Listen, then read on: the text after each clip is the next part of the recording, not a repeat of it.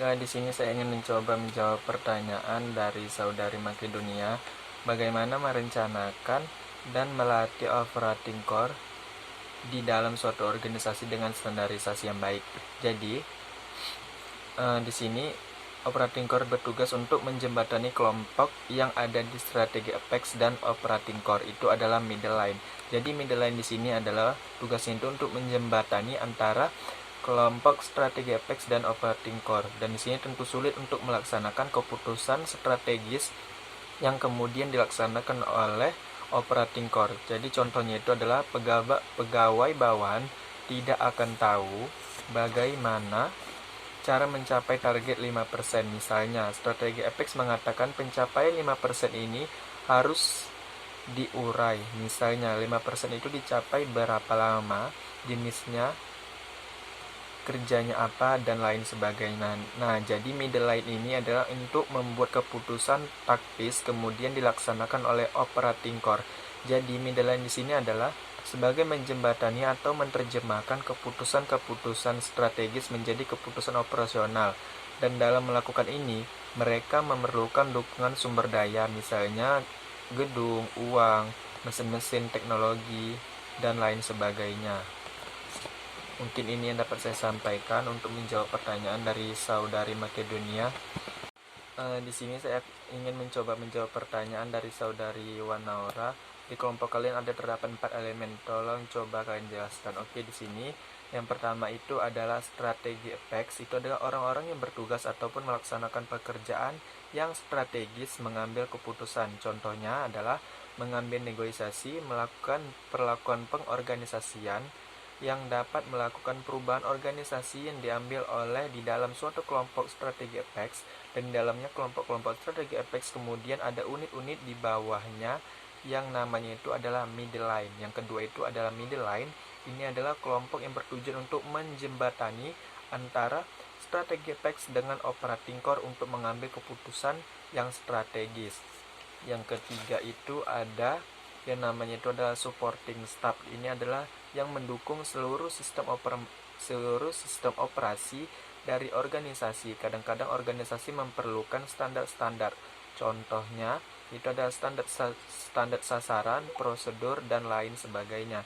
Sedangkan yang keempat itu adalah technostructure. Itu adalah bertugas mengembangkan dan mengendalikan sistem dan prosedur yang dimana di dalam seluruh organisasi tersebut. Jadi ini yang mesti kita ketahui, di dalam technostructure itu adalah suatu komponen organisasi. Sistemnya itu adalah yang sebelumnya itu adalah untuk mendesain suatu organisasi. Mungkin ini yang dapat saya sampaikan untuk menjawab pertanyaan dari saudari Wanaura. Sekian dan terima kasih. Di sini saya akan menjawab pertanyaan dari Delayani, apakah wakil bupati merupakan strategi APEK atau pucuk pimpinan? Menurut Minsbek 1983, di strategi APEK atau pucuk pimpinan yang bertanggung jawab penuh atas jalannya organisasi.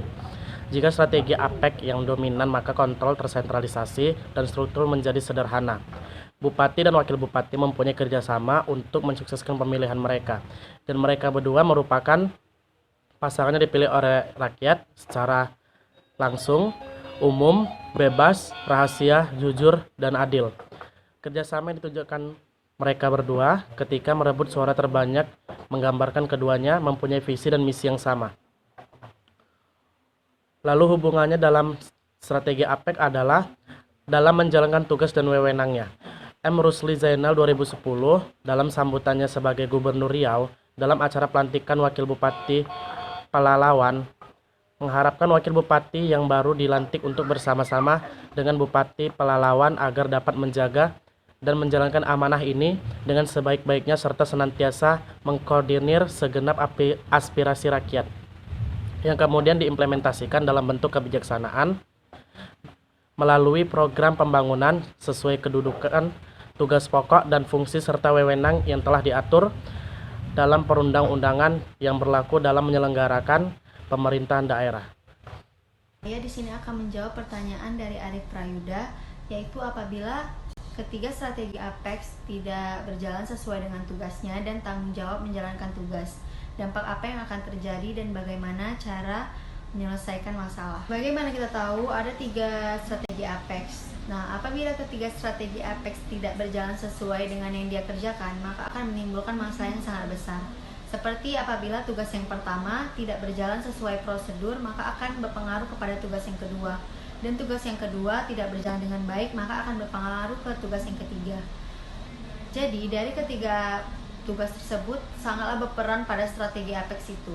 Perannya sangat penting dalam pengembangan strategi ini, supaya suatu organisasi dapat menjalankan misinya dengan efektif dan mempertanggungjawabkan kepada pihak luar yang menjadi shareholder utama, seperti pemerintah, pemegang saham, dan masyarakat. Menyelesaikan masalah di samping itu, untuk menjalankan strategi dengan efektif, perlu kemampuan untuk mengambil keputusan yang tidak mengganggu pola organisasinya, sehingga bisa adaptif terhadap lingkungan sesuai dengan gaya pola organisasinya. Walaupun proses strategi ini bukan monopoli strategi Apex, tetapi merekalah yang paling banyak berperan. Secara umum, strategi Apex yang paling abstrak dan memiliki ruang lingkup yang luas, fleksibel, dan bervariasi, serta melibatkan proses pengambilan keputusan untuk jangka panjang. Sekian dari saya untuk menjawab pertanyaan dari Arif. Terima kasih. Baiklah, saya Anggi Dwinda Lestari ingin menjawab pertanyaan dari saudara Sony Setiaman Lasih. Pertanyaannya, bagaimana strategi Apex memastikan organisasi dalam menjalankan visi dan meningkatkan efektivitas organisasi? Seperti yang kita ketahui, tanggung jawab utama strategi Apex itu adalah untuk memastikan organisasi menjalankan visi dengan efektif dan mempertanggungjawabkannya pada pihak luar yang menjadi shareholder utama seperti pemerintah, pemegang saham, pemilik perusahaan, dan masyarakat. Untuk menjalankan tanggung jawab tersebut, strategi Apex memiliki 3 tugas utama.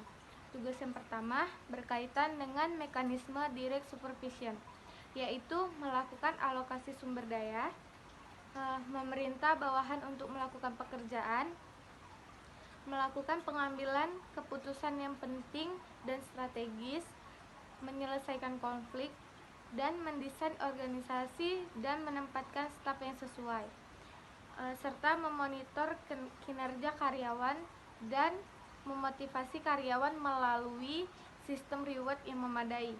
Tugas yang kedua adalah pengelolaan lingkungan agar memperlancar jalannya organisasi. Pimpinan pada posisi strategis Apex harus meluangkan waktu yang cukup banyak untuk menyediakan informasi tentang aktivitas organisasi kepada pihak-pihak luar yang memiliki pengaruh kuat terhadap kelangsungan hidup organisasi.